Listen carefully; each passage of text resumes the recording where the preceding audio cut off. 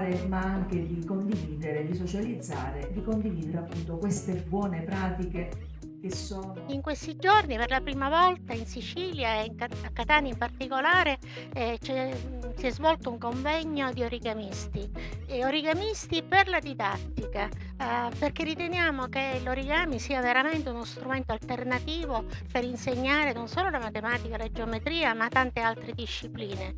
Non sono lavoretti per bambini, ma è una vera e propria tecnica didattica. Si può insegnare fisica, arte, quello che si vuole ai vari livelli, dall'infanzia alla scuola superiore. Il nostro ringraziamento va soprattutto alla dirigente, professoressa Capodicasa, che è stata sempre disponibile dal primo momento che le abbiamo fatto questa proposta.